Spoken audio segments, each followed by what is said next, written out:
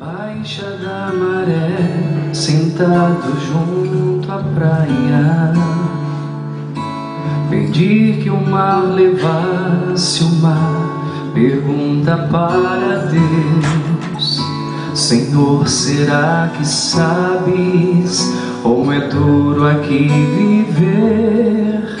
Sofrer, chorar, ter fome e ver queridos a sofrer. Na areia adormeci e de repente amanheceu. O sol deu vida a tudo e trouxe paz ao coração. Senti uma brisa mansa, o Santo Espírito me encheu, e a voz do mar me trouxe uma resposta do meu Deus. Meu filho, não se esqueça que na terra eu já vivi. Andei com gente humildes, com pecadores eu comi. Passei necessidade, senti a dor da traição. O meu poder é de Deus, mas é de homem meu coração. Então chegou a vez do meu Senhor me perguntar: será que já pensou como é difícil ser seu Deus? Falar pela palavra sem ninguém acreditar, querer falar de perto e ter que usar a voz do mar. Meu filho, não se esqueça que na terra eu já vivi. Andei com gente humildes, com pecadores eu comi. Passei necessidade, senti a dor da traição. O meu poder é de Deus, mas é de homem meu coração. Meu filho, não se esqueça que na terra eu já vivi. Andei com gente humildes, com pecadores eu comi. Passei necessidade, senti a dor da traição.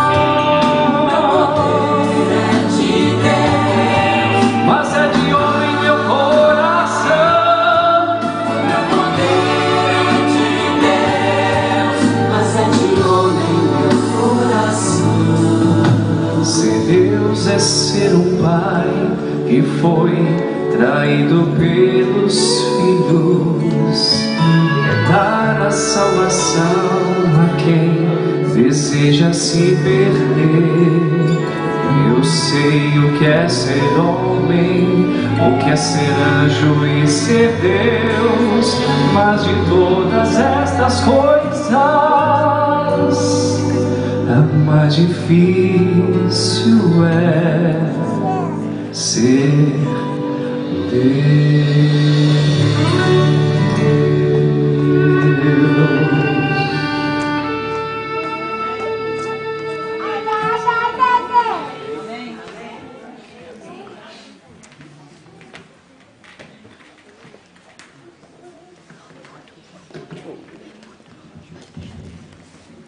Muito obrigado, Eduardo, pela linda canção.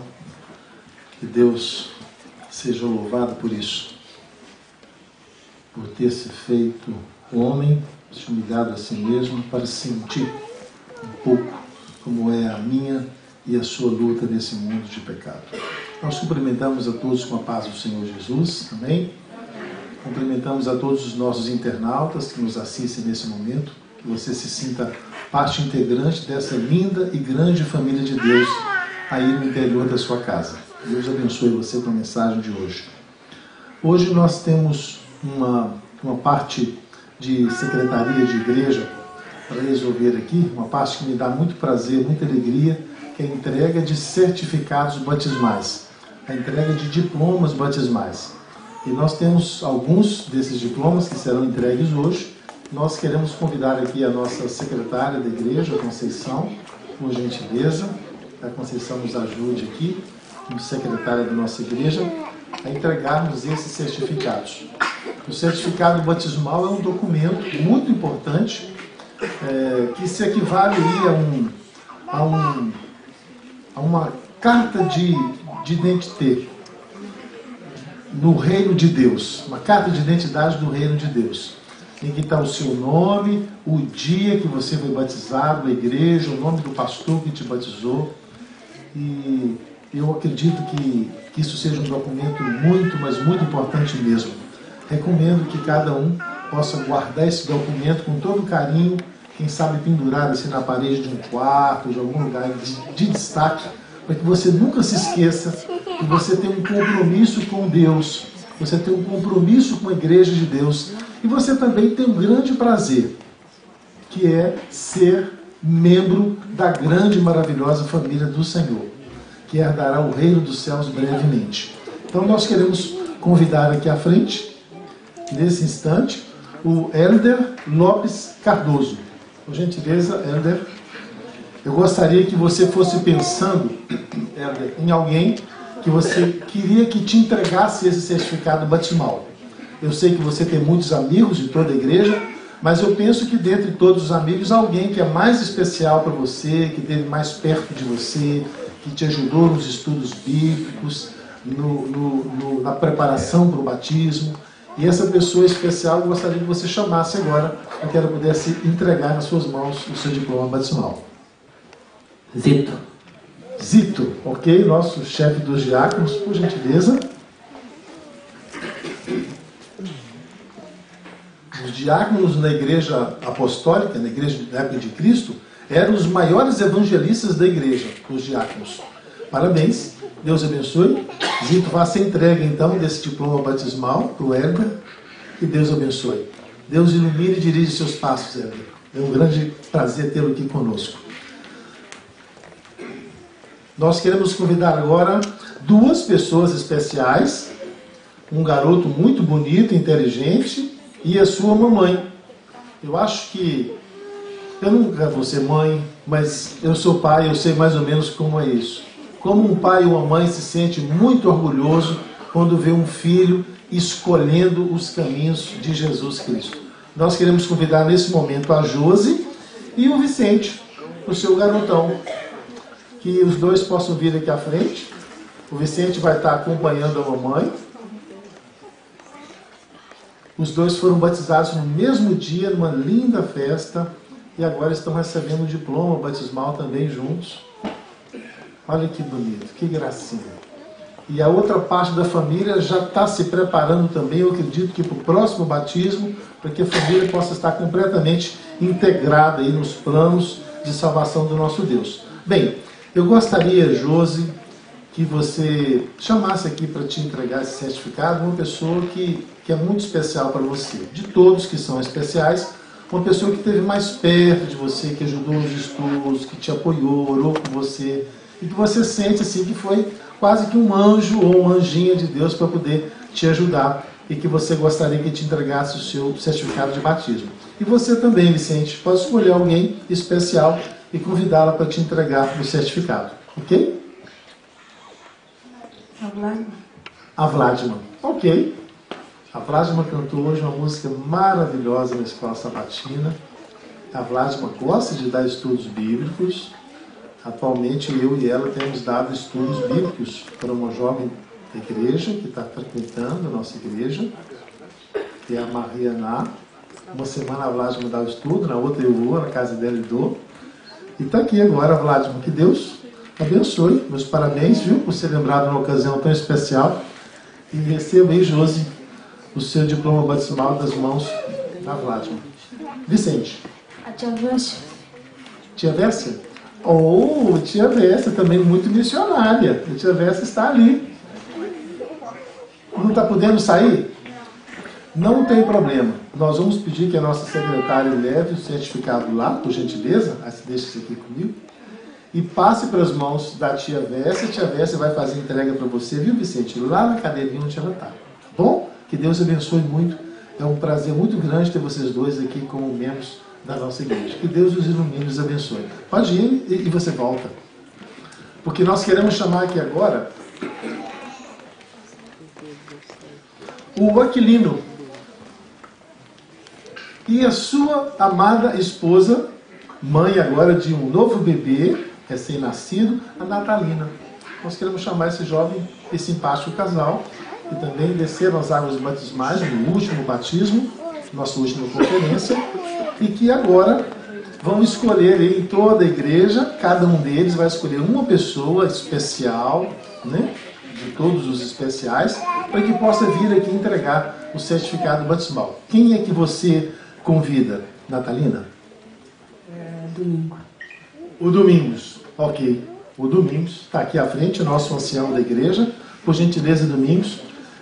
É um homem muito missionário, tem dado muitos estudos bíblicos e preparado muitas pessoas aos pés de Cristo. Pode fazer a entrega, Domingos, parabéns. Que Deus abençoe o seu ministério e que você possa levar esse evangelho maravilhoso ao conhecimento de muitas outras pessoas. Aquilino, quem você convida? Badai. O Badai, o outro ancião da nossa igreja. Eu sou privilegiado. Os anciãos da nossa igreja, todos, sem exceção, são homens missionários e evangelistas, que gostam de dar estudos e preparar pessoas para o reino de Deus. Badai, meus parabéns por ser esse homem que Deus tanto quer que você seja. Pode fazer a entrega do certificado batismal para o Aquilino. Que Deus abençoe o Aquilino. É um prazer muito grande ter vocês dois e os filhos também na nossa igreja. Que Deus ilumine muito a vida de vocês. Obrigado então, viu, Conceição? Eu louvo muito ao Senhor por isso. E agora nós vamos ter, no mês de março, no mês que vem, uma linda série de conferências aqui, pelo pastor Félix Monteiro, dos Estados Unidos. E vamos ter também uma cerimônia batismal, em nome de Jesus. É bom ver a igreja crescendo, é bom vendo pessoas entregando o seu coração ao Senhor Jesus. Bem, nós queremos, sem mais delongas, convidar todos aqueles que trouxeram sua Bíblia para acompanharem conosco a leitura do texto de hoje, no livro do Apocalipse, capítulo 14.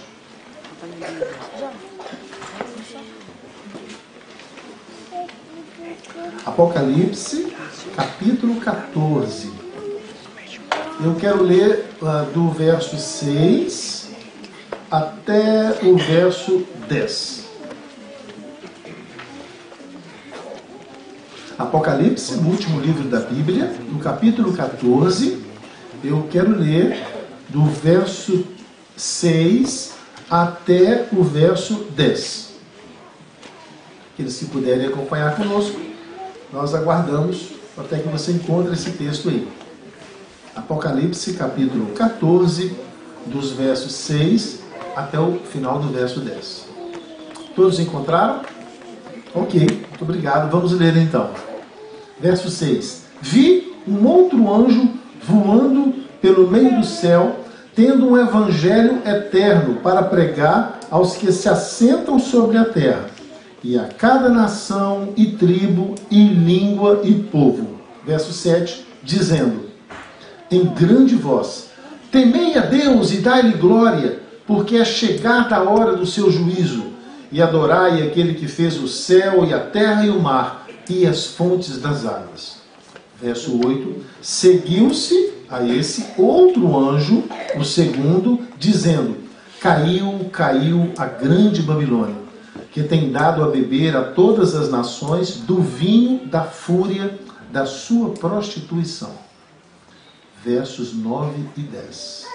Seguiu-se a estes dois primeiros um outro anjo, o terceiro, dizendo em grande voz, se alguém adora a besta e a sua imagem e recebe a sua marca na fronte ou sobre a mão, também esse beberá do vinho da cólera de Deus, preparado sem mistura do cálice da sua ira, e será atormentado com fogo e enxofre diante dos santos anjos e na presença do Cordeiro.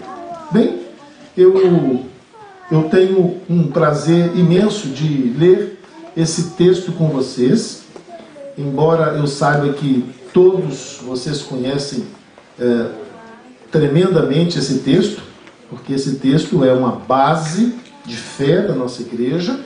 Esse texto, ele representa de uma forma bem sintética a missão do Senhor para o povo remanescente, para a igreja do 7º período da era cristã, a igreja de Laodiceia, e a mensagem que Deus confiou a esse que seria o último povo de Deus, a última etapa que o povo de Deus viveria aqui nesse mundo.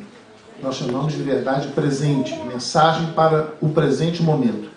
E esse é um texto que faríamos muito bem em memorizar, decorar esse texto com essas 3 mensagens angélicas, porque elas guardam em síntese a razão que nós temos de existir no cenário profético do presente momento, que é o momento final aí da história do conflito entre o bem e o mal.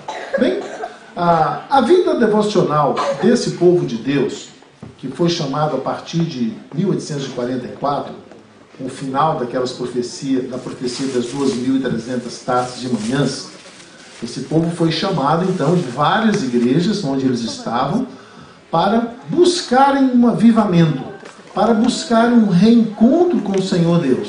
E vieram pessoas da igreja batista, da igreja metodista, de várias igrejas protestantes daquela época, na altura de meados do século XIX, por volta de 1844.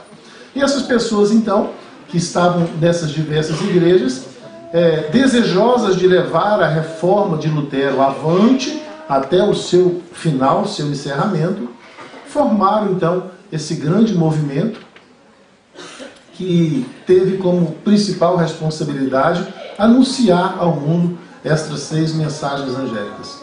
E nós fazemos parte desse segmento religioso, desse movimento profético.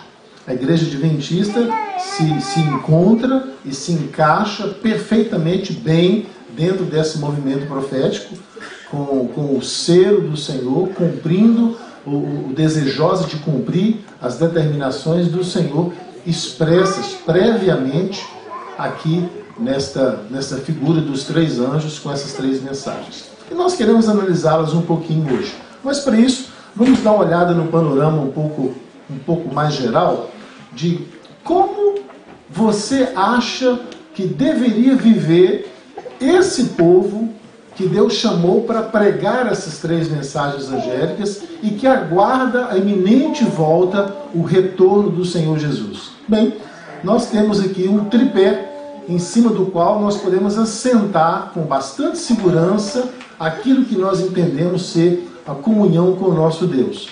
Não é nenhum mistério, não é nenhum segredo, não é nenhuma magia.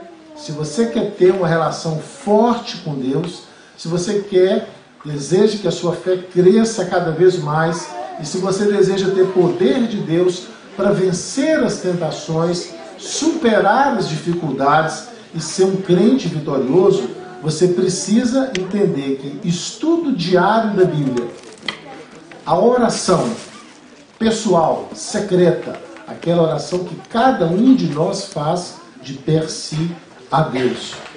Quando abrimos o nosso coração ao Senhor e contamos a Ele tudo aquilo que nos preocupa, todos os nossos sonhos, todas as nossas impressões e dificuldades, bem como todos os nossos desejos.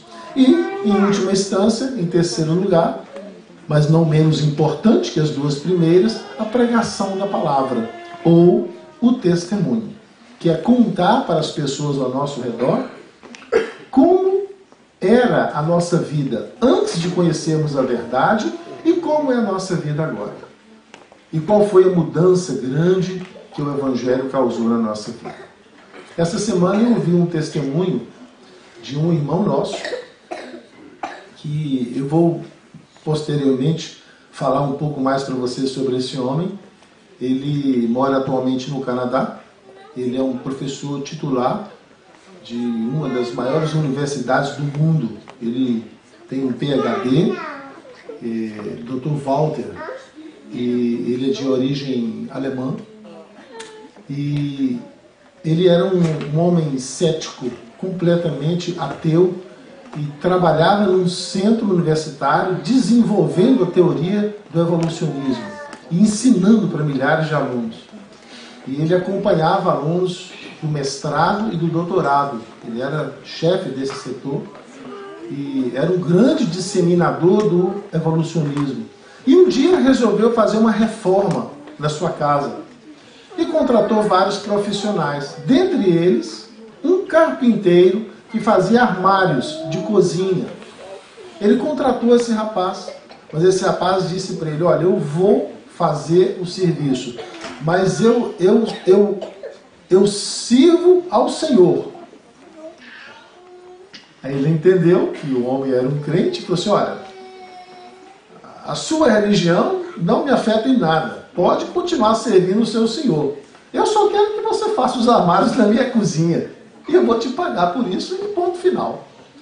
E o rapaz disse: mas como eu ando com o Senhor e eu sou um servo do Senhor, eu tenho que falar do Senhor para todo mundo que eu entre em contato. Então eu vou ter que falar do Senhor para você. Ele disse: olha, eu não acredito em Deus, não tenho religião nenhuma, eu sou um cientista evolucionista. Eu acho que esse negócio de Deus está por fora.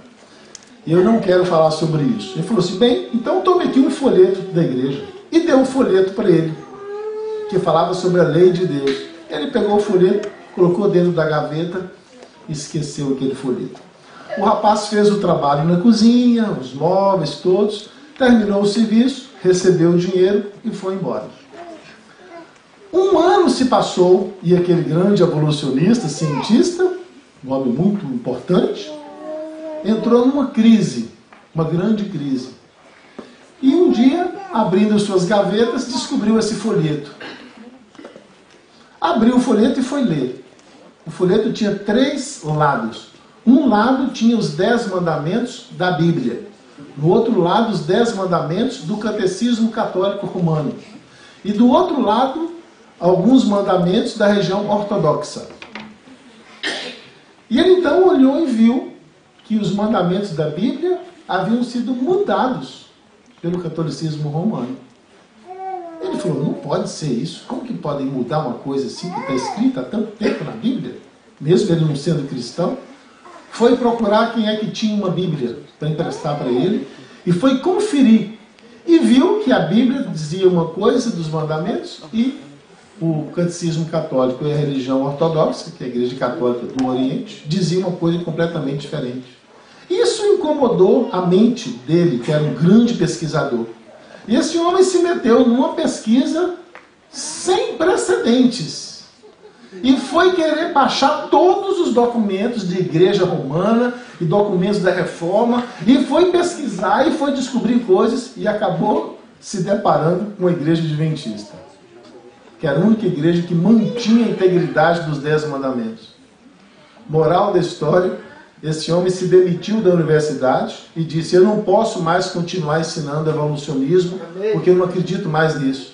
Isso aconteceu há uns 35 ou 40 anos atrás. Hoje, esse homem já circulou por mais de 100 países do mundo, dando palestras contra o evolucionismo, falando como cientista que ele é, tem PhD e tudo mais, professor de genética humana e tudo mais. E ele tem um site com 80 DVDs, aproximadamente 6 horas de palestra em cada um desses 80 DVDs, falando sobre o Evangelho para as mentes mais científicas, etc. Nós estamos adquirindo os materiais desse homem, está em alemão, outra parte está em inglês, para ver se a gente consegue fazer com que esses materiais sejam aproveitados pela nossa igreja aqui. E eu fiquei pensando: meu Deus, um homem dessa estatura, que já viajou por tantos países, só na Palestina, em Jerusalém, fazendo pesquisas, ele já foi 40 vezes. É um pesquisador assim por excelência. E eu fiquei pensando, tudo isso porque um carpinteiro não podia fazer trabalho nenhum para ninguém sem falar de sua fé. Então, essa questão do testemunho, da pregação da palavra é muito, mas muito importante. Muito importante. Bem, avançando um pouco mais, nós descobrimos que carecemos, nós temos necessidade grande de viver uma vida dupla, uma vida em 2 sentidos, que é uma vida de pensamento daquilo que é correto, daquilo que é direito, daquilo que é justo, daquilo que é de boa fama, como a Bíblia nos recomenda, mas uma vida também de ação, uma vida de atitude.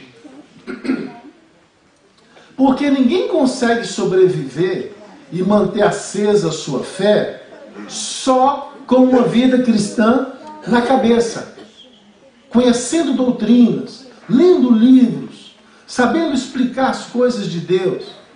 As pessoas precisam traduzir os seus pensamentos em atitudes, em ações que possam inferir, afetar a vida dos outros que estão ao seu redor.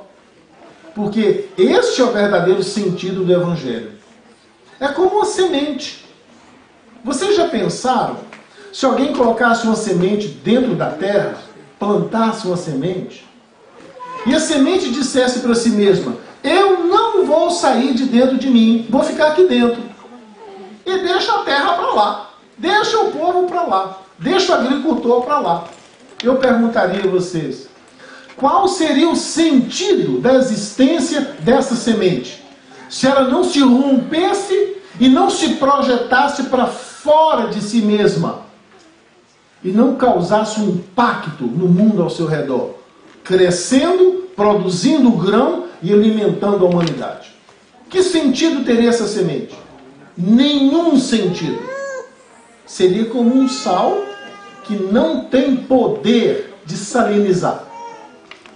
Seria como uma luz que perdeu o seu poder de luminescência.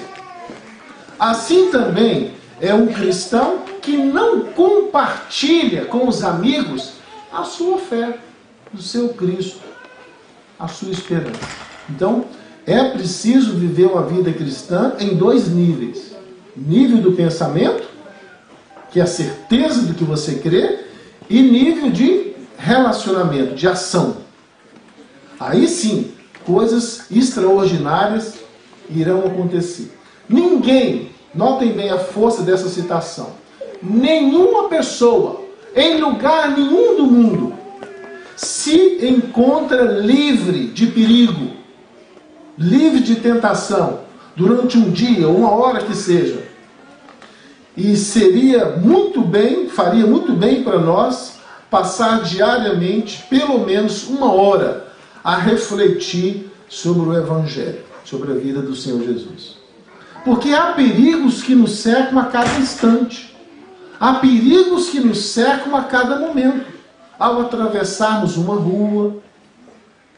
Eu fiquei sabendo, quinta-feira, eu me encontrei com o pastor Rickson Nobre. Estávamos conversando, assim, rapidamente, e o pastor Rickson me disse que o presidente da federação dele lá na Suíça estava trabalhando lá uma terça-feira qualquer e sentia uma dor no peito. E aquela dor ficou incomodando. Ele falou assim: eu quero ir para o hospital. E pediu que alguém o levasse para o hospital. Alguém disse: pastor, vai passar. Não, eu quero ir para o hospital. Foi para o hospital. Chegou lá, fizeram alguns exames, um remedinho, e falou: não é nada, pode ir para casa. Ele falou assim: não, eu quero ficar aqui no hospital. Mas por que não? Eu estou sentindo que eu preciso ficar aqui. Então tudo bem, pode ficar aqui. Poucos minutos depois, ele caiu no chão e desmaiou. Teve um ataque cardíaco e fez uma parada cardíaca, o coração parou de bater, morreu. Mas como estava dentro do hospital, os médicos foram chamados às pressas, colocaram numa maca, deram um choque, ressuscitaram o coração, colocaram os remédios e detectaram que ele estava tendo um ataque cardíaco naquele momento. E, irmãos, a vida é assim. Graças a Deus, ele está bem, está com saúde. Mas se ele não tivesse insistido em ficar dentro do hospital, teria tido o ataque lá no seu birro de trabalho e teria morrido. E um homem jovem, 50 e poucos anos. A vida humana é assim. Nenhum de nós está livre de perigos. Por isso, o conselho é que o remanescente fiel, o membro da Igreja de Deus nessa terra, que se prepara para o encontro com Cristo a qualquer instante, deve separar pelo menos uma hora do seu dia para ter uma comunhão com o Senhor. E assim encontrar forças para ser livre das ciladas do inimigo. Todos nós precisamos orar e precisamos trabalhar pela salvação de outros. Aquele que não faz nada se não orar e que fica só orando e vem para a igreja e só quer ouvir sermões bons e fica vendo bons sermões na internet e lê bons livros, o que é maravilhoso de se fazer, mas nunca fala de Jesus para ninguém, nunca dá um testemunho por Cristo, nunca ilumina a vida de alguém que está em trevas, nunca dá um estudo bíblico dando testemunho do que Cristo fez no seu coração. A experiência, a Bíblia e o testemunho do Espírito de Profecia nos diz que esta pessoa, em breve, deixará de orar e sairá da igreja. Porque não existe condições de desenvolver uma espiritualidade integral e completa só a nível de pensamento, só a nível de crença, sem que isso seja traduzido em atitudes que impactem as pessoas que estejam ao seu redor, que causem a diferença na vida de pessoas que estão ao seu redor. Vocês viram os nossos queridos batizados aqui? Cada um deles chamou alguém. Esse alguém não é necessariamente o melhor amigo. Esse alguém não é a pessoa que paga sorvete e pizza para eles comerem. Esse alguém foi alguém que fez a diferença na vida deles quando eles estavam se aproximando de Jesus. Deram estudos, oraram, deram o seu testemunho e o ajudaram a caminhar em direção a Cristo. Isso é maravilhoso. Quando o meu e o seu testemunho causam uma diferença tão grande na vida de alguém que tira dele a perspectiva da perdição eterna e lhe dá de presente a perspectiva da vida eterna. Isso é um espetáculo. Isso é um fenômeno, isso é uma maravilha. Eu tive a oportunidade já de batizar umas 2.000 pessoas e pouco. Mas eu mesmo não ganhei essas pessoas para Cristo. Eu só faço o batismo. E mobilizo a igreja. E digo para as pessoas fazerem o trabalho. Mas é muito satisfatório, muito prazeroso, quando a gente vê alguém ser salvo. Porque nós fomos os instrumentos de Deus na salvação daquela vida. Isso é tremendo. Isso é maravilhoso.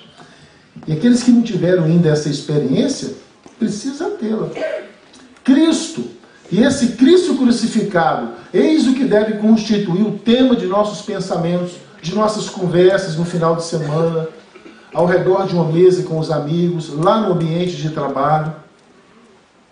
É claro que ninguém gosta de trabalhar com pessoas chatas, que ficam só falando de Deus, de Deus, de Deus, de Deus. Não é isso. Você pode dar um testemunho de Cristo sem nem mencionar o nome de Deus. De uma forma que seja atrativa, que seja agradável para as pessoas. Sempre que alguém estiver conversando um assunto pesado, um assunto mau, que não edifica ninguém, ou falando mal da vida de alguém, se você está presente, você pode mudar o rumo daquela conversa. Você pode introduzir naquela conversa um novo assunto positivo, que fala de paz, que fala de esperança. E daqui a pouco, 5, 6 pessoas que estão ali vão estar todos conversando sobre esperança e sobre paz. Porque você estava ali e você fez a diferença naquele assunto. Agora, se você é um portador de luz e os amigos, depois do almoço, lá no seu trabalho, começam a conversar de um assunto que não é um assunto bom, e você dá gargalhada e diz, é isso mesmo, e tem mais isso e mais isso.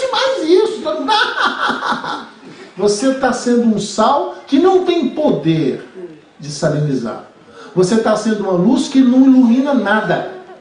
Você está sendo um Maria vai com as outras. Você está entrando na correnteza da mundanidade. Mas o crente, ele pode ser um sal. Ele pode temperar qualquer ambiente onde ele estiver presente. De forma agradável. De forma que todo mundo fale, nossa, mas a presença dele aqui no nosso trabalho nos faz muito bem.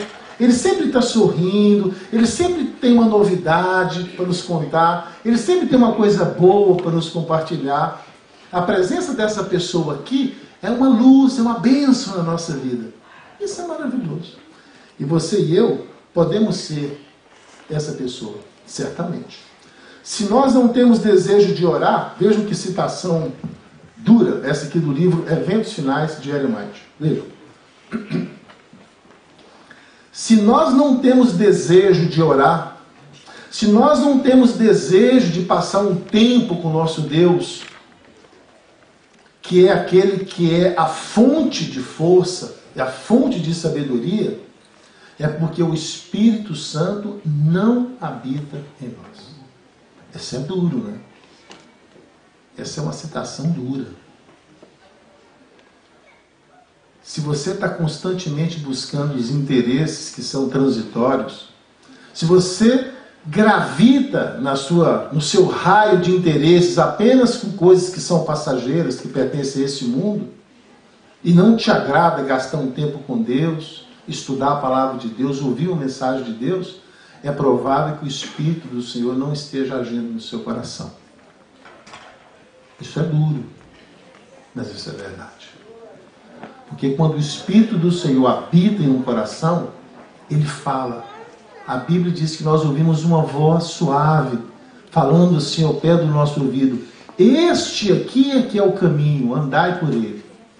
E o Espírito nos alenta. O Espírito Santo nos dá força. Ele nos anima. Ele nos induz. Ele prepara situações na vida para que nós possamos fazer a nossa luz brilhar.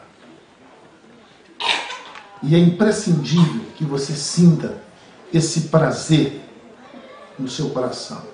Nenhum coração renovado poderá ser conservado num estado de alegria, de paz, de satisfação, de prazer, sem a aplicação diária do quê? Do sal, do tempero, que é a palavra do Senhor. Note que uma comida pode ser deliciosa, mas se não colocar um pouquinho de sal ali, um pouquinho de tempero, ela perde o seu sabor. Nós não podemos abusar dos temperos, abusar do sal, porque faz mal à saúde. Mas um pouquinho de sal numa salada, num prato especial, numa massa, restitui o sabor daquela massa e faz a comida ficar gostosa. Assim também é a palavra de Deus na vida do crente. O crente que estuda a palavra de Deus a cada dia é uma pessoa agradável. Ele é uma pessoa feliz. Ele tem planos, ele tem ideias, ele tem 1001 caminhos. Quando aqueles que estão distantes da palavra de Deus estão completamente em desespero, não sabem que direção seguir, estão sempre em dúvida, não conseguem ser felizes, não dormem em paz, têm pesadelos, insônia, vivem doentes. Porque falta na vida dessas pessoas um pouquinho de quê? De sal. Um pouquinho da palavra do Senhor. Experimente estudar a Bíblia cada dia. Você vai ver a diferença que isso vai fazer na sua vida. Sabe, amigos, várias vezes, a cada dia, preciosos e especiais momentos devem ser dedicados à oração. Eu não estou dizendo apenas aquela oração que você entra no seu quarto, fecha a porta, se ajoelha e conversa com o Pai em secreto. Eu estou falando de oração em geral. Você pode estar dentro de um metrô cheio de gente orando a Deus. Você pode estar dirigindo o seu carro e em pensamento orando ao seu Deus. Atento ao trânsito e com o pensamento ligado ao seu Deus. Eu tenho um hábito muito grande de orar enquanto dirijo. E eu já fiz viagens de 6 horas, 7 horas dirigindo um carro com alguém do meu lado, sem falar uma palavra com a pessoa. Apenas em oração. E a pessoa querendo conversar comigo, com medo de eu dar sono e dormir, né? Porque sempre que você faz uma viagem assim, você está dirigindo, a pessoa que está do seu lado sempre pensa que você vai dormir no volante. E fica tentando puxar a conversa com você. Aí eu às vezes digo assim, olha, não se preocupe, eu não vou dormir. Eu estou com um pensamento centralizado aqui em Deus. Não se preocupe em ficar conversando. Pode ficar tranquilo que eu estou ligado a Deus e estou falando com o meu Deus. E fico ali longos períodos assim. Essa semana mesmo peguei um buchão, fiquei mais de 1 hora no congestionamento aqui.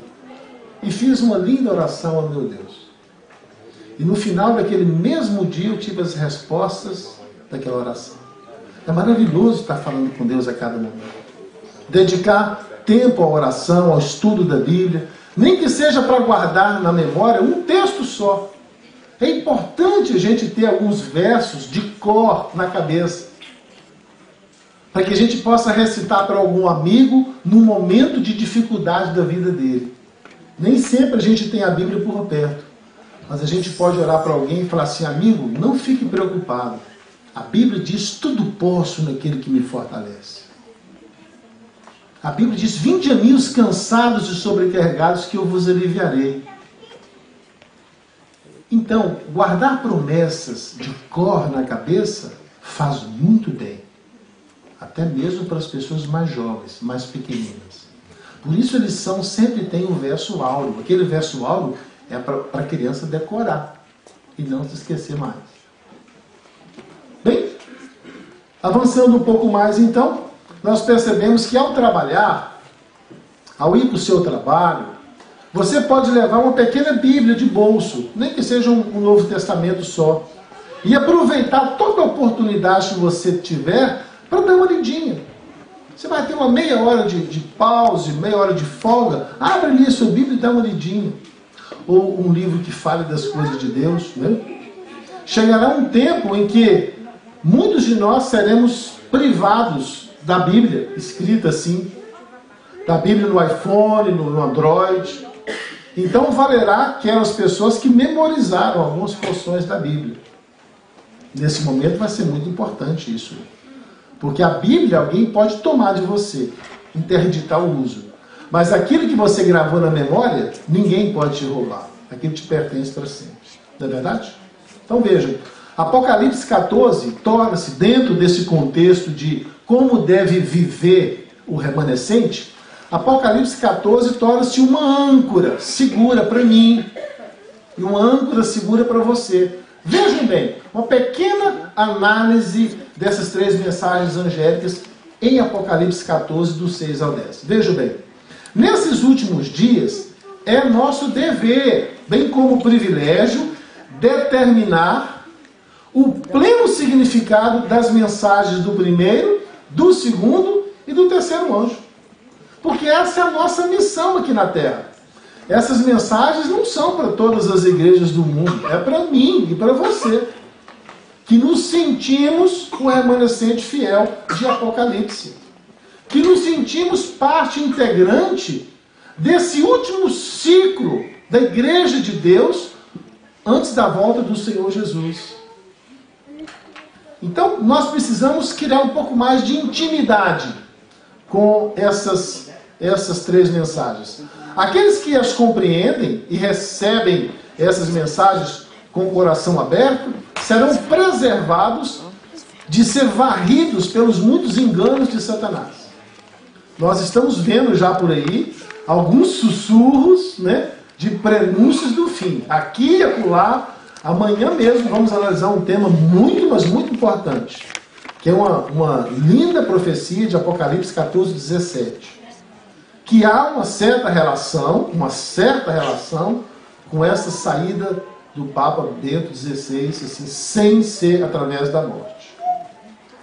E esses assuntos todos mexem com o ânimo de todos nós, porque nós queremos ver o nosso Salvador voltar logo, e queremos ir logo para o céu. Estamos cansados desse mundo de pecado.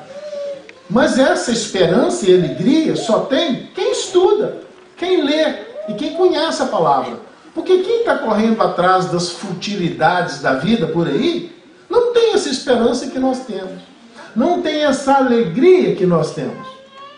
É por isso que a gente precisa entender bem esses assuntos, para a nossa vida não ficar como uma vida sem sentido. Bem, nessas três mensagens angélicas nós podemos ver claramente três vertentes do Evangelho.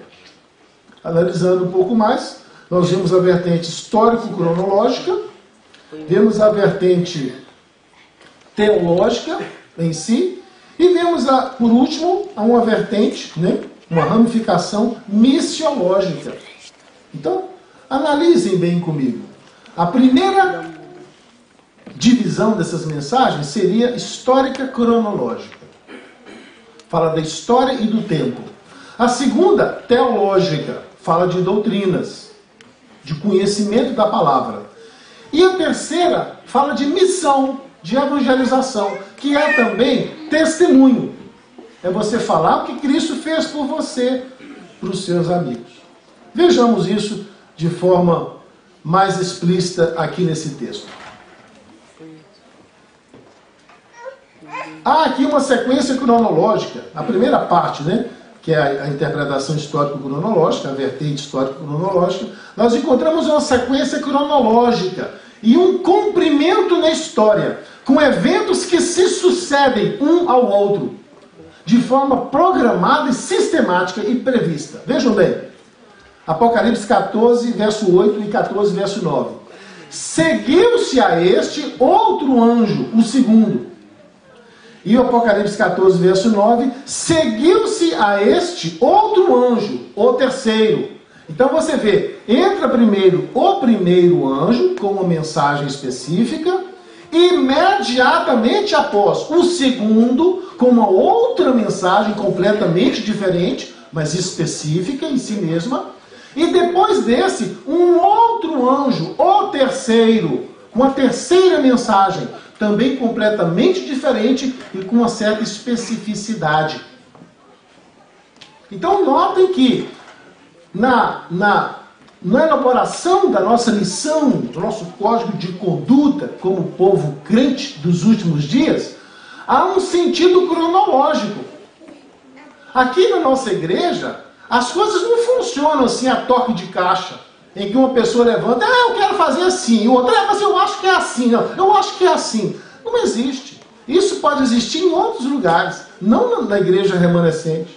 Porque nós temos um calendário histórico. Nós temos uma sucessão de eventos que se colocam um após o outro. E Deus nos deixou isso bem claro na profecia bíblica. É por isso que estudamos profecia. Para que ninguém pense aquilo que não é de se pensar, que não é correto. Porque Deus é um Deus de ordem. E no cronograma divino há um momento certo para que cada coisa aconteça. Vocês viram aquele texto bíblico que diz que na plenitude dos tempos veio Jesus e se encarnou, o Filho de Deus. Na plenitude do tempo. Isso é uma expressão oriental, semita, que quer dizer no tempo certo, no tempo previamente determinado, no tempo planejado certinho, ele nasceu. As coisas de Deus não são assim, vamos ver como é que vai ser. Não. As coisas de Deus existem o quê? Até o dia e a hora da volta de Jesus. Cristo disse assim, ninguém sabe, mas o Pai sabe o dia, a hora e o lugar. Independente do que você crê, independente do que você faça, independente de cumprir a missão da igreja ou não, no dia, na hora certa, determinada por Deus, Jesus Cristo virá. Porque Deus tem um cronograma. Deus não funciona assim, vamos deixar para ver o que a igreja vai resolver lá na terra. Não. A igreja ajudando é maravilhoso para Deus. Mas se a igreja se recuar, Deus manda os anjos e completa a obra. E Jesus volta.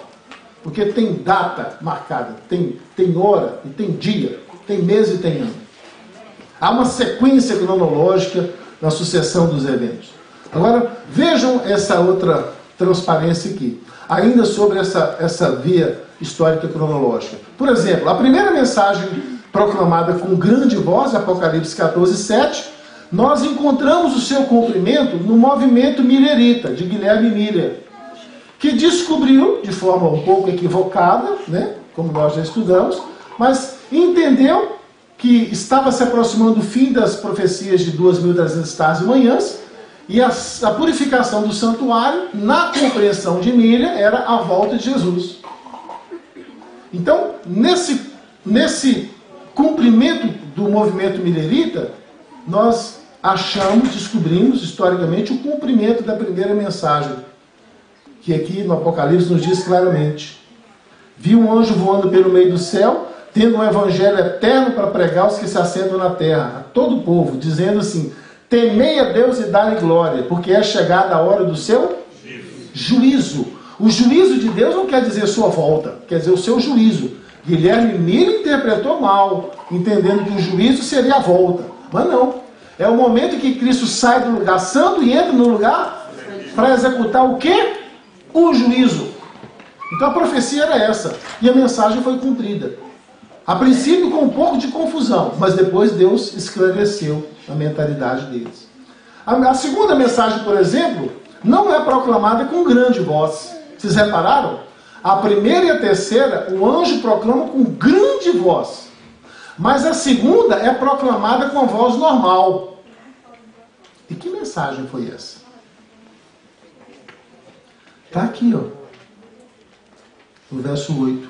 Seguiu-se outro anjo, o segundo, que não clama com grande voz, mas clama com voz baixa. Caiu a grande Babilônia, que tem dado a beber a todas as nações do vinho da fúria da sua prostituição. Essa mensagem foi pregada quase que silenciosamente. E nós encontramos o cumprimento dessa mensagem, no século XIX, com os mileritas, que saíram de todas as igrejas das quais eles faziam parte, vários da igreja batista, igreja luterana, metodista, etc., saíram de lá, porque essas igrejas não queriam levar a reforma de Lutero até o fim, não queriam restabelecer a lei de Deus, não queriam restabelecer todas as outras coisas, ficaram apenas com a reforma parcial, mas esses crentes fiéis que estavam lá sentiram a necessidade de uma reforma completa, total. Então, como a igreja não operava essa reforma, eles saíram de suas igrejas, fundaram esse movimento milerita, que depois passou a se chamar Adventismo do Sétimo Dia, e então ali, nesse novo movimento, eles, com a ajuda de Deus, do Espírito Santo, Hélio Márcio e tudo mais, do dom profético e tudo mais, conseguiram restaurar todas as coisas, todas as verdades. Mas houve um momento que eles tinham conhecimento só de uma parte da verdade. Mas foram fiéis naquela parte e Deus lhes deu mais luz. Foram fiéis naquela parte e Deus mandou mais luz. E aí foram restaurando o sábado, restaurando a lei, restaurando a questão da reforma alimentar, restaurando a questão da educação, restaurando a questão das leis de saúde, medicinas, e restaurando tudo, até chegar ao que nós somos hoje. Mas toda essa revelação foi o quê? Progressiva. A terceira mensagem, que é proclamada com grande voz como a primeira, que é o 14:9, nós encontramos o cumprimento dela no presente momento, que é o preparo do coração do crente, da igreja de Deus, para o encontro com o seu Salvador. Porque essa terceira mensagem seguiu-se esse outro anjo dizendo, se alguém adora a besta e a sua imagem, quer dizer, se alguém não sair de lá e não vier para o povo de Deus, mas ficar lá e receber o sinal da besta e adorar a besta e tal, esse também vai participar do cálice amargo com o qual Deus vai dar para a besta beber. E vai ser atormentado com o castigo que a besta vai ser atormentada. E vai perecer afinal. Então, é uma mensagem forte de advertência para aqueles que não querem abandonar a idolatria, o mundanismo, para aceitarem a verdadeira beleza do Evangelho. E nós entendemos que essa mensagem está em cumprimento pleno no presente momento. Cada vez que o Espírito de Deus toca no seu coração e te chama a abandonar um pecado, a abandonar um vício e se aproximar mais de Deus, a pedir perdão ao irmão que você ofendeu, que você feriu, que você falou mal dele. Cada vez que o Espírito Santo te diz isso e você diz não, você está cumprindo essa mensagem aqui, de endurecer o seu coração e ficar distante do verdadeiro povo de Deus. Mas cada vez que você ouve essa mensagem de Deus, o Espírito toca em seu coração e você vai, procura a pessoa e busca reconciliação, procura o irmão a quem você ofendeu e busca pedir perdão e restaura aquela amizade e abandona aquele vício e assume o comportamento de um verdadeiro crente, aí você cumpre essa mensagem também, abandonando as coisas que tem que ver com o mundanismo e se aproximando da verdade que é no Senhor Jesus. Então, essa mensagem está no tempo exato de se cumprir, está se cumprindo. Bem, a segunda vertente, que é a teológica, e aqui eu já vou caminhando para o final, é o seguinte, algumas das grandes verdades teológicas encontradas nas 3 mensagens angélicas são explícitas e estão no texto, para que a gente possa lê-las. Vejam bem, a hora do juízo. Dentro do corpo das mensagens angélicas, nós encontramos as doutrinas que nos distinguem de todos os demais professos cristãos, que assim se intitulam no mundo inteiro. Qual é, de fato, não vamos teorizar não, vamos dizer de fato, Qual é a igreja que tem dedicado mais tempo, mais livros, mais seminários, mais orações, buscas de poder de Deus, iluminação e tudo mais, para compreender essa questão do juízo de Deus? Não precisa dizer o nome.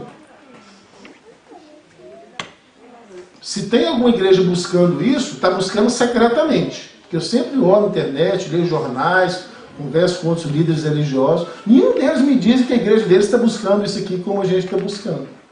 Nós temos um profundo interesse por essa questão da hora do juízo. Quando que começa uma fase do juízo, quando que termina, quando que passa para uma outra fase. Nós estamos atentos a isso aí. Qualquer movimento nesse sentido, a igreja está em cima. Porque temos interesse nisso. Mas as 3 mensagens angélicas também falam sobre os mandamentos de Deus. Em específico sobre o sábado. Porque ela diz assim: adorai aquele que era o Deus de Davi. É assim? Aquele que foi o Deus do concerto com Abraão. É assim? Mas poderia ser, não poderia? O Deus de Abraão, Deus de Davi, El Shaddai, Elion, não é o Deus da criação? E por que aqui na tríplice mensagem angélica não fala o Deus de Abraão ou o Deus de Davi, que está muito mais perto de nós do que a semana da criação, há 6.000 anos atrás? Por que esse anjo que vem voando com essa voz forte diz que o que deve ser adorado não é o Deus de Abraão, não é o Deus de Davi só, mas o Deus que criou todas as coisas? Interessante isso, não é? E como a igreja que no cenário religioso protestante mundial anda muito preocupada com essa questão do selo da criação, que é o sábado, que é a comemoração do nosso Deus que criou o mundo em 6 dias e descansou no 7º. Eu só vejo adventista. Talvez alguns judeus, assim, mas o que eu vejo com mais força é os adventismos. Tanto que eles meteram dentro do nome deles o 7º dia. É adventista do 7º dia, que é para enfatizar o nosso grande interesse ao redor desse dia sagrado, que é o selo da criação. Encontramos também na teologia das 3 mensagens angélicas falando sobre as pragas, as 7 últimas pragas que cairão no mundo, nessa 3ª mensagem angélica aqui. E quem é o povo que anda muito preocupado com as 7 últimas pragas do Apocalipse, estudando as pragas, analisando o seu sentido? O que eu vejo é a nossa igreja. O resto ninguém quer ouvir falar de praga. O povo quer ouvir falar de bênção. Aceite Jesus que vai te dar um carro novo. Aceite Jesus e seja fiel no seu dízimo, que Deus vai te dar uma empresa. E você não vai ser mais empregado de ninguém, você vai ser o chefe. E não é mentira não, Deus quer abençoar mesmo. Mas eu penso que para esse momento final do grande conflito, há outras verdades que são mais pertinentes à vida do crente do que a prosperidade. Eu acho que a mensagem que precisa ser pregada agora é o seguinte: se você tem um bom emprego e tem um bom salário, prepare-se, porque você vai perder o seu emprego e perder o seu salário brevemente. Eu acho que seria mais ou menos por aí. A época da prosperidade, eu acho que já está passando. O momento agora é de duras provas. Como o Senhor Jesus disse: no mundo tereis aflições. E é mais ou menos assim, de forma progressiva. A angústia vai aumentando. A nossa esperança é grande porque sabemos o último capítulo dessa história. Nós estaremos no céu com o Senhor numa cidade de ouro. Uma coroa na cabeça e viveremos para sempre. Isso nos interessa. Mas até chegar lá, meu amiguinho, alguns de nós vão penar um pouco. Essas são as profecias.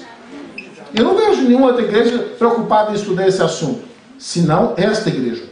Bem, há também uma outra mensagem nas 3 mensagens angélicas, que é uma vertente teológica, que nós descobrimos, que fala sobre o sinal da besta, que acreditamos ser a oposição do anticristo, que é, enquanto o selo de Deus como Criador está no 4º mandamento, que o único mandamento da lei de Deus que diz quem Deus é o 4º. O 1º mandamento não diz quem Deus é. O 2º mandamento não diz quem Deus é. O 3º mandamento não diz quem Deus é. O 5º mandamento não diz nada sobre Deus. O 6º, 7º, 8º, 9º, 10º não diz nada sobre Deus.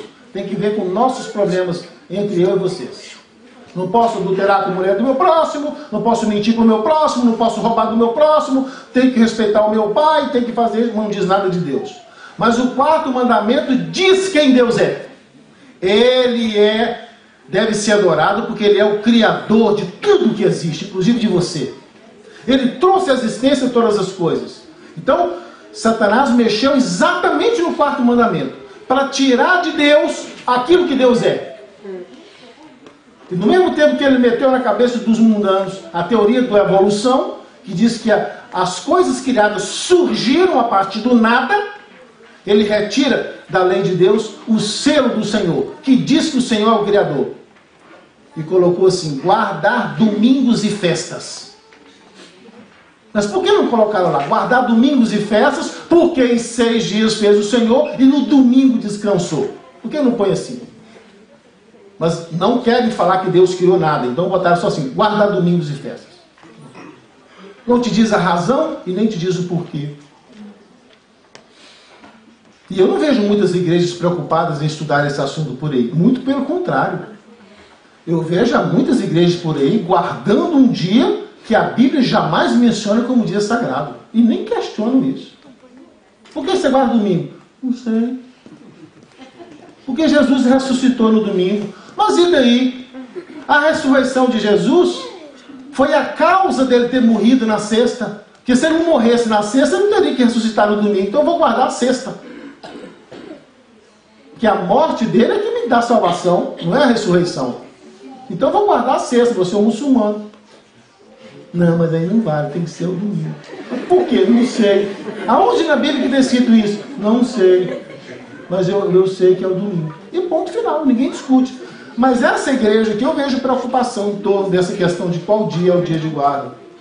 Mas uma outra vertente teológica nas 3 mensagens angélicas é que o anjo João vê o anjo como um evangelho eterno. Eterno é o evangelho que não termina, que não se cumpre, que não tem fim. É o evangelho que deve ser pregado na sua forma integral, completa e plena. Porque tem algumas religiões que dizem, o Velho Testamento não existe mais, hoje o que importa é só o Novo. E tem algumas mais moderninhas que ainda dizem assim, o Novo Testamento não interessa mais, o que interessa são os evangelhos, Mateus, Marcos, e Lucas e João. Isso que interessa.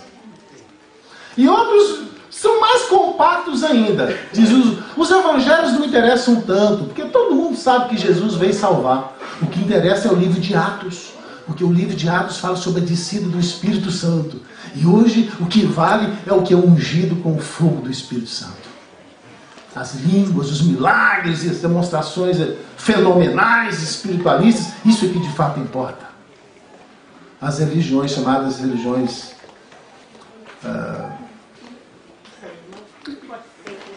pentecostais, as neopentecostais. Não se interessa em profecia, em história, em cumprimento de estátua de Nabucodonosor. Nada, nada, nada, nada. O negócio é o fogo vai cair e vai queimar todo mundo. E vai queimar agora. E ponto final.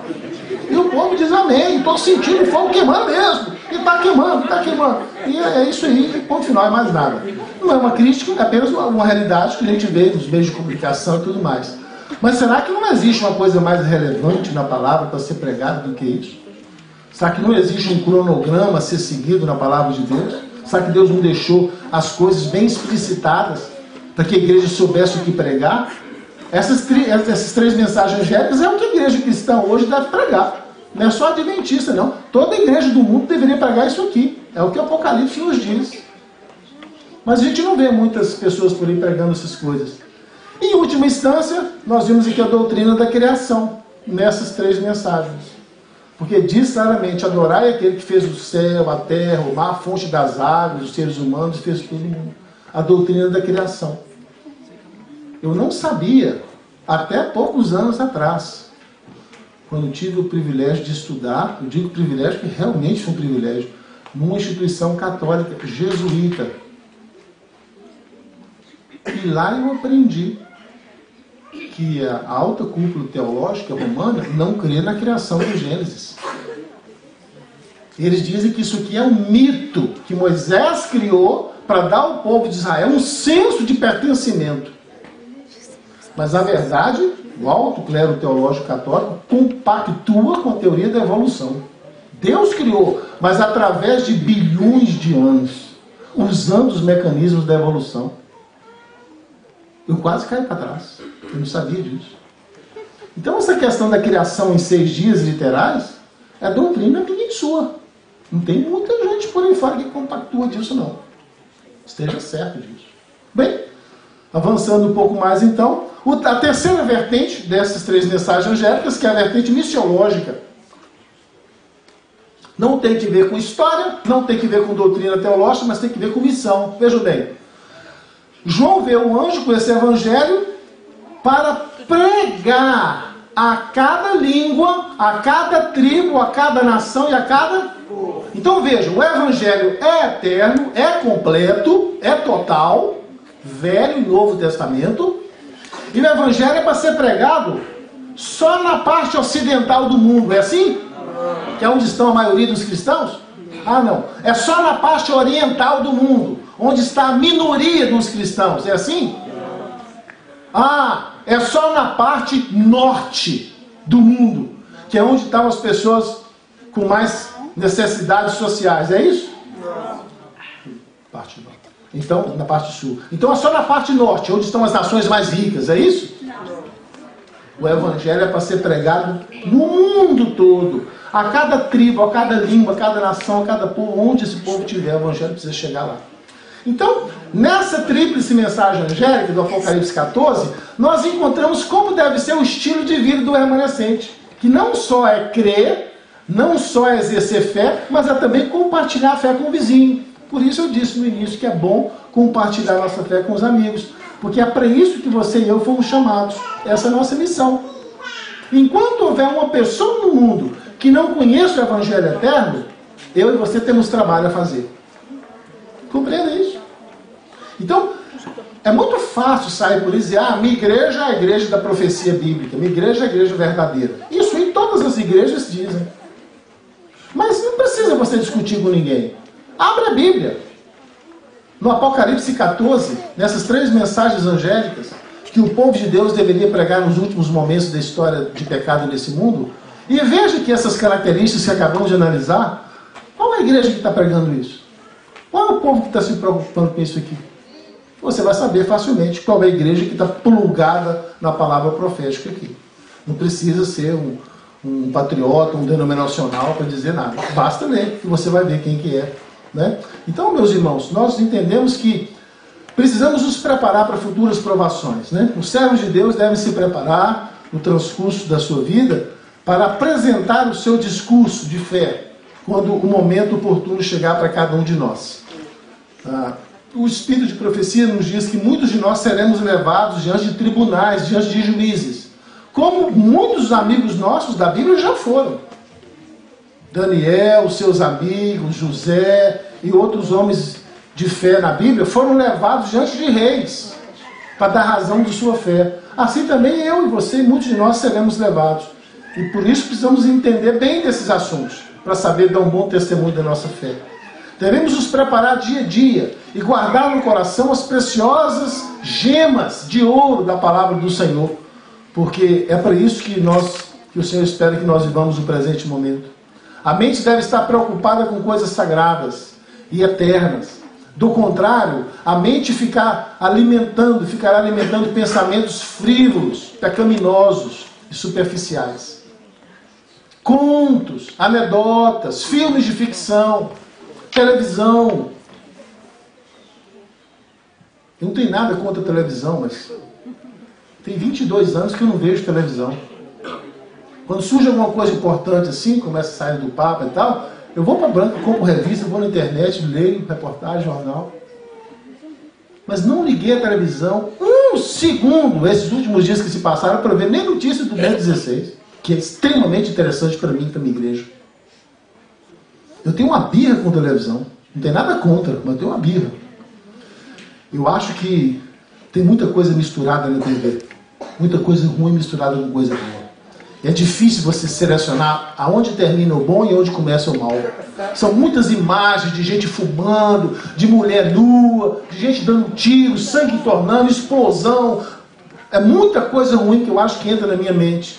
E quando eu pego a minha Bíblia para estudar, para preparar um sermão, fica vindo lixo na minha cabeça. Eu quando pego a minha Bíblia de madrugada, como fiz hoje para preparar o meu sermão, eu quero que venha a influência positiva para me transmitir para a igreja de Deus o que é bom. A pessoa, se eu fechar os olhos para orar e ficar vindo MacGyver, filme de ficção científica, alienígena, explosão de não sei o que lá, filme de terror. Tem gente que fica vendo filme de terror. Meu Deus, coisa de Satanás. Você bota um troço desse na cabeça, sabe quando vai sair? Nunca! Uma imagem colorida que entrar na sua cabeça não sai nunca, amigo. Nunca! Você vai ter um inferno dentro da sua cabeça enquanto você estiver vivo. E para que você vai meter isso na cabeça? A Bíblia diz, tudo que é agradável, tudo que é de boa fama, tudo que é honroso, é isso que deve ocupar os nossos pensamentos. É o que eu procuro fazer. Eu acho que nós faremos bem agindo assim, né? Mas, avançando aqui para o final, esse é um tempo para séria reflexão. Vejam, eu termino aqui com esse slide. Eu termino aqui. Amigo, amiga, querido internauta, se já houve um tempo na história da humanidade que se esperava que uma pessoa que tema a Deus refletisse seriamente, pensasse seriamente sobre as suas decisões, sobre os seus costumes e hábitos, sobre a sua lista de amizades e que influência aqueles seus amigos estão exercendo na sua vida, as decisões que você tem tomado.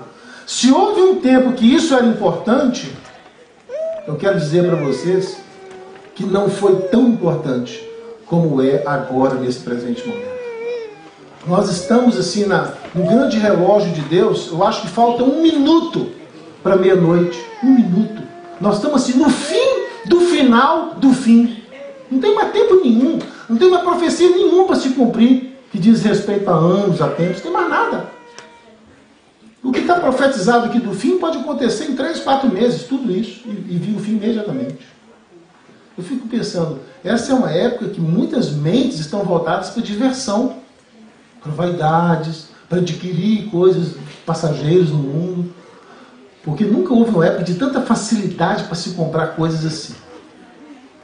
Essa última solde, o último solde que houve aí, eu comprei um terno de R$7,50. Lindo, maravilhoso, novinho. Só estou esperando uma boa gravata que combina com ele, com a camisa, para poder vir na igreja. R$7,50. Uma veste assim, um terno como esse. Nunca vivemos uma época assim de que as pessoas tiveram tanto acesso a produtos de consumo como está tendo agora. Pelo menos em alguns lugares do mundo, né? Como aquela foi. Isso é muito bom por um lado, mas é muito ruim por outro. Porque desvia o foco, desvia a atenção de algumas pessoas. Que pensam que esse lugar é maravilhoso, que é aqui que a gente quer viver para sempre. Mas isso não é tão maravilhoso assim. Enquanto estivermos num ambiente onde o pecado impera, o nosso lar não pode ser maravilhoso. Nosso lar está para além dessa realidade no qual vivemos. Sabe, meus irmãos, deve ser feita a seguinte pergunta: o que eu sou, afinal de contas? Qual que é a parte que me cabe a mim na missão que Deus entregou à sua igreja? O que é que o Senhor espera de mim? Eu sei o que o meu patrão espera de mim no meu serviço, lá no Batimon, lá na casa onde eu trabalho, na empresa, na loja. Eu sei o que o meu patrão espera de mim. E se eu perguntar para o Domingos, qual é o seu trabalho? E o que o patrão espera de você? Ele vai dizer claramente: o patrão espera que eu cumpra essa jornada aqui de 7 horas por dia, de que eu cumpra essa missão de tal. O patrão espera que eu viva bem com os meus colegas de trabalho. O patrão espera que eu não adoeça. O patrão espera que eu chegue na hora certa e não me atrase. E o patrão espera que eu não furte nada aqui na empresa. Eu faço o trabalho e vá para casa sem roubar nada, sem levar nada. Isso é o que o patrão espera de mim. Ele sabe. Eu também sei o que o meu patrão espera de mim. E se eu perguntar para cada um de nós, ele vai dizer exatamente o que ele espera que o patrão determine dele. Se eu chamar um estudante aqui e perguntar o que o professor de matemática espera de você, ele vai dizer claramente que eu faça um bom trabalho, que eu passe bem no controle e que eu tenha uma média excelente para fazer um bom baque. Ele sabe o que o patrão espera. Agora, as coisas transitórias e passageiras, nós sabemos muito bem o que se nos espera. Mas e as coisas eternas? Será que eu estou procurando no meu viver diário, estar preocupado com o que o meu patrão eterno, o meu Criador, a razão da minha existência, espera de mim? Eu acho que é uma boa pergunta. É uma boa pergunta. Qual que é a minha parte na missão da Igreja de Deus nesse momento do fim? Qual é? De que lado, afinal de contas, eu estou? Do lado de Cristo ou do lado do mundo? Meus queridos irmãos, que Deus nos abençoe. Que Deus nos fortaleça. Tem mais só uma citação do livro Eventos Finais que eu gostaria de concluir com vocês. Mas eu gostaria que vocês me ajudassem a ler. Aqueles que puderem ler comigo, vamos ler juntos essa citação aqui? Se não encontramos prazer agora na contemplação das coisas celestes, se não temos nenhum interesse em buscar o conhecimento de Deus, deleite algum em deter os olhos no caráter de Cristo, se a santidade não tem nenhuma atração para nós, podemos então estar certos de que é vã a nossa esperança do céu. E eu termino com uma pergunta. Que pastor gosta de pregar um negócio desse? Ninguém. Pastor gosta de pregar uma coisa boa, uma coisa positiva. Jesus te ama. Vem que ele te aceite, como aquele sermão de sábado passado que eu preguei. Aquele é um sermão adorável. Todo pastor pagaria para poder pregar. Mas um negócio desse aqui, ninguém gosta de pregar. Se não encontramos prazer agora em estudar a nossa lição da escola sabatina, se não encontramos prazer agora em gastar uns 10, 15, 20 minutos estudando a palavra do Senhor, se não encontramos prazer agora em colocar um fone no ouvido e ouvir uma música que eleve o nosso espírito e o aproxime do Senhor, se não encontramos prazer agora em compartilhar com o nosso companheiro de trabalho um pouco sobre aquilo que Cristo tem feito na minha vida, se não encontramos prazer nisso agora, a palavra nos diz, irmãos, é vã a nossa esperança. Não vamos nos iludir com esse negócio de céu, não. Que isso é uma esperança vazia, vai ser uma grande decepção. Que Deus nos ilumine a mente. Que Deus nos abençoe. Eu gostaria de fazer uma oração agora, nesse momento. E um apelo. Talvez não seja para a igreja inteira, lógico que não vai ser. Talvez seja um apelo para 4, 5, 6 pessoas só. Mas eu queria fazer um apelo agora. Eu queria que essas humanas e fracas palavras minhas fossem revestidas de um divino poder agora e que penetrasse na sua consciência, penetrasse no seu coração. Nós teríamos aqui, nessa tarde, nesse final de culto, alguém que durante a apresentação dessa mensagem, que é a essência da nossa missão nesse mundo, sentiu no coração assim, que Deus está te chamando para uma coisa maior do que você imaginava, que o Senhor tem uma parte nessa última batalha entre o bem e o mal, muito maior do que você imaginava para você mesmo, que Deus quer contar com você, que Deus precisa de você, e que Deus tem te mantido, tem te alimentado, tem te dado saúde até agora, para utilizar você como uma arma poderosa na mão dele agora, nesse momento.